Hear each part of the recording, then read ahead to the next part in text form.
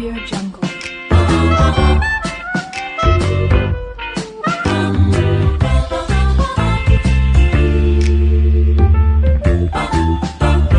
Audio Jungle. اهلا بكم في قناتنا فوق كيتشن. كل سنه وحضراتكم طيبين، يا رب تكونوا بخير، ربنا يطمنا عليكم يا رب. النهارده بقى نعمل بقى الكبده بال المقليه بقى بالرده.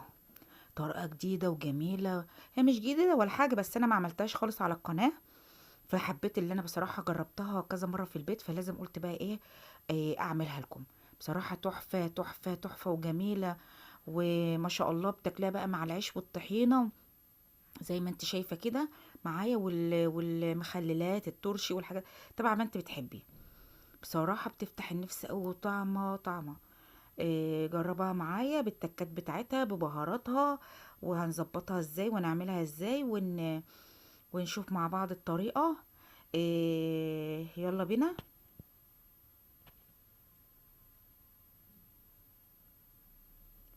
انا معايا الكبده هي. طبعا لازم تجيبي الكبده وتشطفيها وتغسليها تحت الحنفيه ميه جاريه كده. طبعا في ناس كتير هتقول انا ما بحبش اغسلها، بس عامه انا بحب اغسلها. مش عايزه تغسلها انت براحتك، بس انا بحب اغسلها من ايدينا الصناعيه، من ايدين كده البياعين. لازم تجيبي تعصري ليمون كتير عليها بعد ما تغسليها غسله جامده بالدقيق والملح والخل والليمون، وتنقعها 5 دقايق كده بالليمون. جبت معايا بقى راس توم، يا ربي راس بصلة وحبة وكام فص توم كده.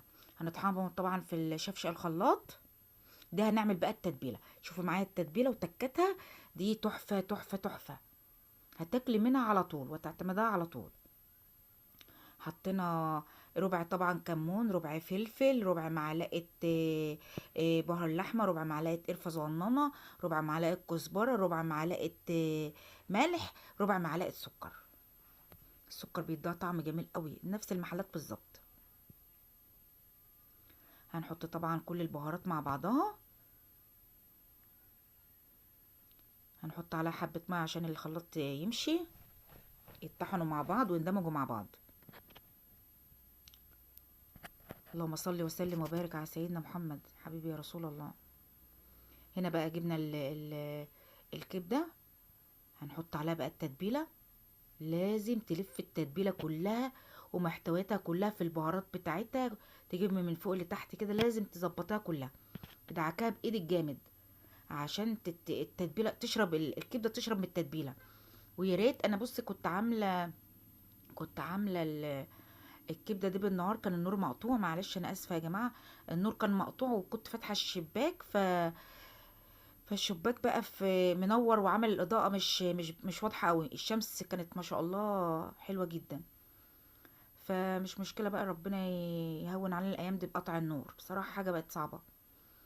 خلينا مع الوصفه. فحطيت بقى تبلتها، عايزه تتبلها قبلها بساعتين 3 مفيش مشكله، عايزه تتبلها من بالليل. كل ما تتبلوا يا جماعه الحاجه من بالليل، فراخ بط فراخ سمك لحمه اي حاجه بتشرب من التتبيله وبتخليها طعمها حلو. معايا الرده دي طبعا بتتباع عند سوبر ماركت اكياس، ومعلقتين دقيق والبهارات بتاعتنا، نفس البهارات اللي احنا حطيناها في التتبيله هنحطها بردك على الدقيق والبقسماط والذره والرده. احنا دلوقتي حطينا ربع بردك معلقه فلفل كمون، ربع معلقه شطه، ربع معلقه كزبره، حبه قرفه صغننين خالص اقل من ربع معلقه يعني. هنتبلها مع بعض.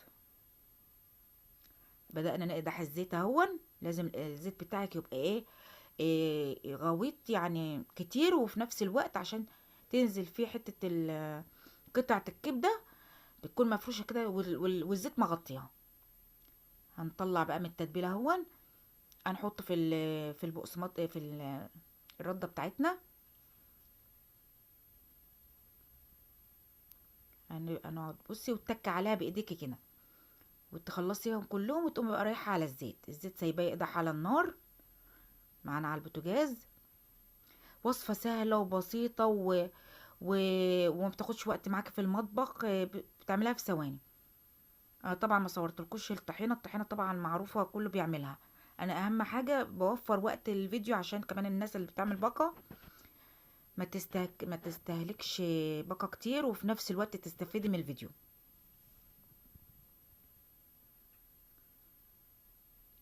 كلها عملناها، بدأنا نحطها في الزيت اهي. هي شرايح اللي هي بالطول يعني. طبعا الجزار بيرققها لك، الشرايح بتاعتها بيرققها لك. طبعا بتسيبيها في الرده دي شويه عشان الكفر بتاعها ما يقعش منك في الزيت. اللهم بارك. استنونا بقى ان شاء الله، لسه 3 4 ايام على رمضان ان شاء الله. استنونا بقى مني كل جديد. عمايل السمبوسه والبط والملوخيه، حاجات كتير ان شاء الله مستنينا في رمضان. اللهم بلغنا رمضان يا رب، ويجعل الايام عليكم بخير، ويا رب لايكات كتير بقى يا جماعه، وفعلوا القناه. ويا ريت تكتبوا لي تعليقات عشان التعليقات برضك بتفعل القناه اكتر. انا بشوف ناس كتير بتدخل تتفرج ما تحطش لايك، حط لايك. ربنا يجازيك خير يا رب. هنبدأ بقى نقلبها على الجنبين. كل ما تبهريها زي ما قلت لك وتحطيها في التتبيله بتدي طعم حلو جدا. بدأت اطلع اول طبقه اهون، وترصصيها كده، ما تاخدش دقيقتين على النار. سهله جدا وبسيطه بسيطه بسيطه. استنوا بقى مني الفيديوهات التقيله في رمضان باذن الله، والعصاير والمشروبات وكل حاجه. اللهم صل وسلم وبارك على سيدنا محمد. اللهم بارك. بتبقى تحفه وطعمها جميل، بصراحه شكلها يفتح النفس اهو. والسمك الطحينه برضك هبقى اعمل لكم فيديو بالطحينه. طحينه من غير طحينه، يعني احنا هنعمل الطحينه الكدابه. استنوا برضك مني فيديو في رمضان. هنعمل مشويات والطحينه والتكات بتاعتها وجميع السلطات.